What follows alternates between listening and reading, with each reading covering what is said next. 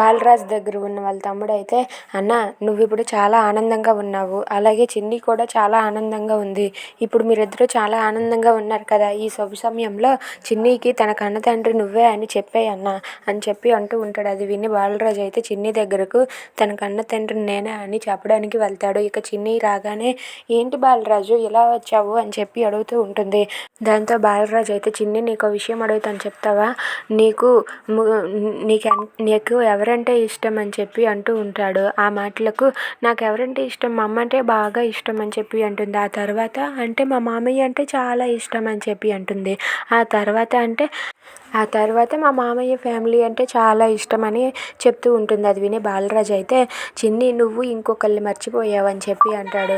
ఆ మాటలకు ఎవరిని మర్చిపోయాను అని చెప్పి అంటుంది. నువ్వెవరిని మర్చిపోయావంటే మీ నాన్నని అని చెప్పి అంటాడు. అది వినగానే చిన్ని ఒక్కసారిగా షాక్ అయిపోతుంది. ఏంటి మా నాన్న అంటే నాకు అస్సలు ఇష్టం లేదు, మా నాన్న అంటే నాకు చాలా అసహ్యం, మా అమ్మని మోసం చేసి వెళ్ళిన మా నాన్నని నేను ఎలా ఇష్టపడతాను చెప్పు, మా నాన్న అంటే నాకు అస్సలు ఇష్టం లేదు బాలరాజు అని చెప్పి గట్టిగా అరుస్తుంది. అది వినగానే బాలరాజు అయితే ఒక్కసారిగా షాక్ అయ్యి అలా ఉండిపోతాడు. ఏంటి చిన్నికి వాళ్ళ నాన్న మీద ఎంత ద్వేషం ఉందా అని చెప్పి అనుకుంటూ ఉంటాడు.